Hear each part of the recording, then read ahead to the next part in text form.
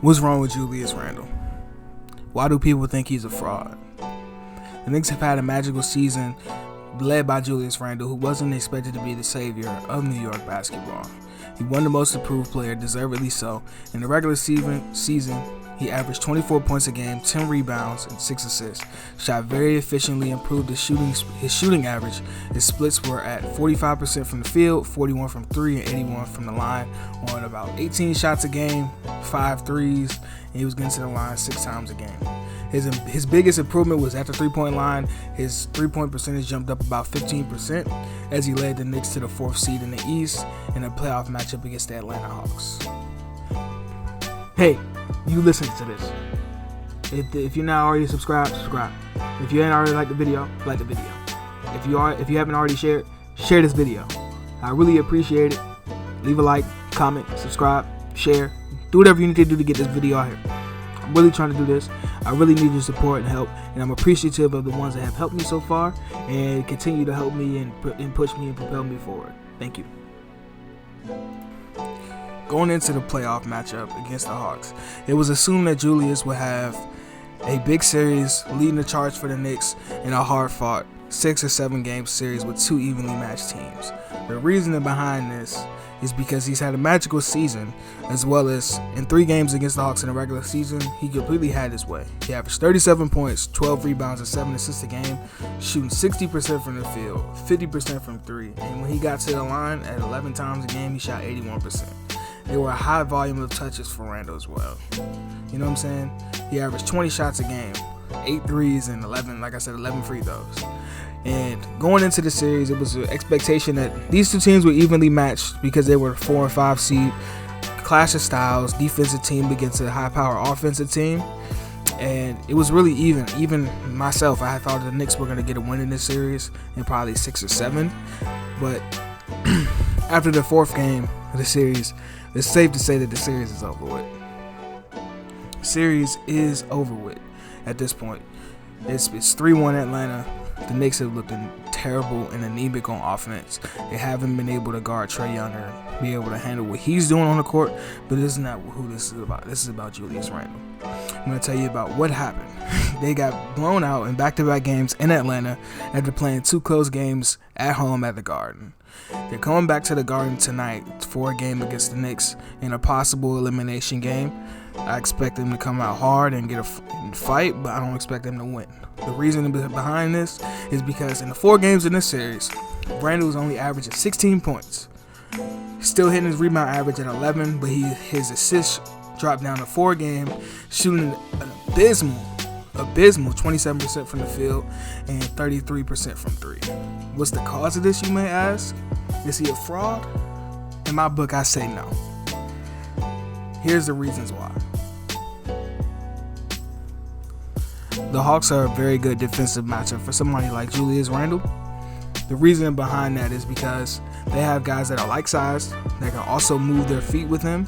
And once he tries to play that little bully ball style, once he gets inside of the arc past the free throw line, it's not going to work because he's going to see multiple bodies, as well as guys like DeAndre Hunter, John Collins, as well as even Danilo Gallinari in some situations, and Onyeka Okongwu.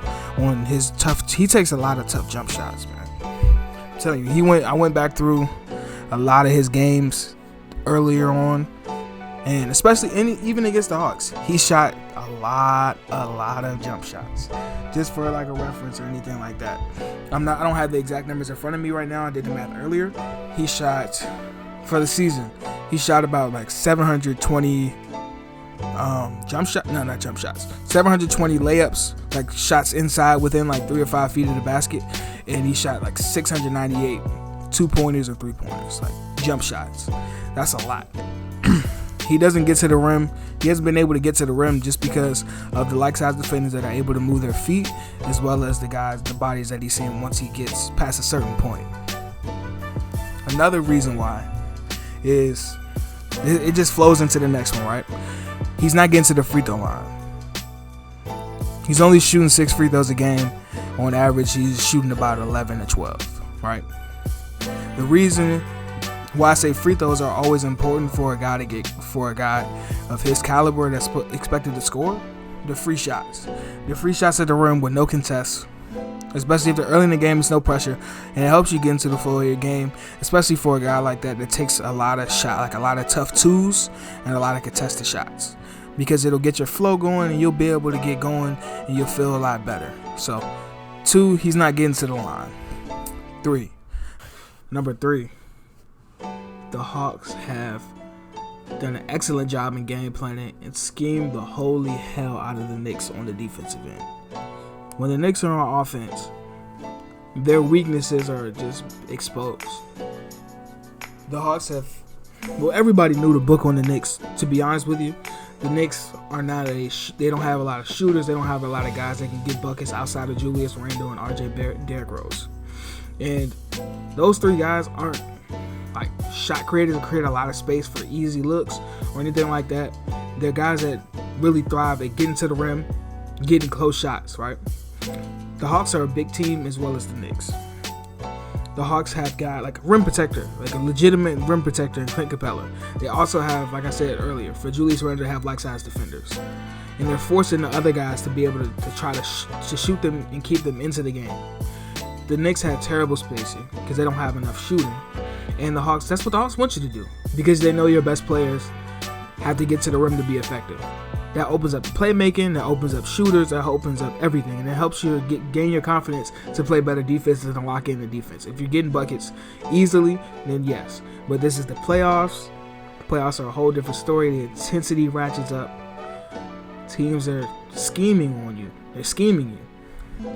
So those are the 4 main reasons why I think Julius Randle is having a hard time, as well as the Knicks in whole. And just another caveat that I want to throw in there, right? This is the first time Julius Randle has been in the playoffs. Not only that, it's the first time he's been the number 1 option for a team in the playoffs, or just the number 1 option in a high-stakes situation in general. So he's never had the experience of being schemed against and being able to know what to do when it happens, right? So, in my honest opinion, the Knicks have had a great season. I feel like they overachieved a little bit because nobody really thought the Knicks would be able to be in a situation to be able to get in the playoffs and win a series. At the best, somebody may have had them at the AC, but not 4. No way nobody had them at 4.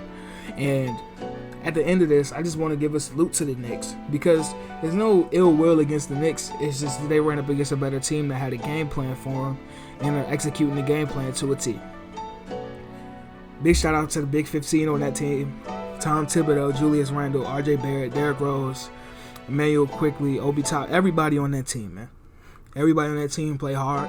They had a great season, and there's no need to overreact or anything like that, because like I said, they really overachieved. Nobody thought they would be in this situation. So I don't think Julius Randle's a fraud. No way in hell anybody should say he's a fraud. I don't get where you're getting that from, bro.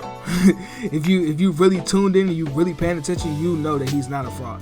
You know that sometimes with things like this, and young players in general, not even just young players, guys that are going through the first thing for the first time in their career, they're gonna have struggles, and you have to be able to get through them throughout your career. Your career is not gonna be gravy the entire time. You're not gonna be good.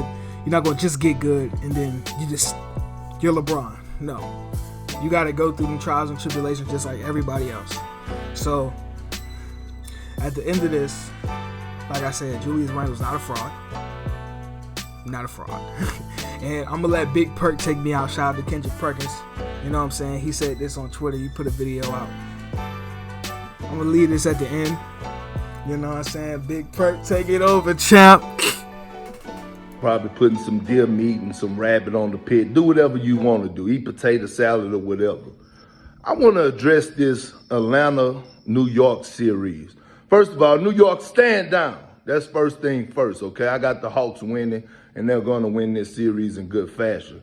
But to you New York Knicks fans, can y'all stop with the Julius Randle slander? Please, just stop, okay? Because without Julius Randle, y'all wouldn't even made it to the playoffs.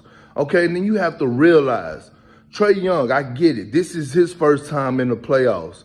But Trae Young have seen every defensive coverage there is to see. So he knows how to adjust because He's been getting played this way since college, even in the NBA regular season. So chill out with the Julius Randle slander. I know he's not shooting the ball well, but all this is a learning experience for him. God damn, Knicks fans, y'all make it to the playoffs, and that's not good enough. You know what I mean? Like, y'all, ain't nobody picking y'all to win a title. Okay, be grateful, be humble. Y'all haven't been to the damn playoffs since 1968. And now y'all want to start criticizing the man. Man, y'all relax, man. Carry on.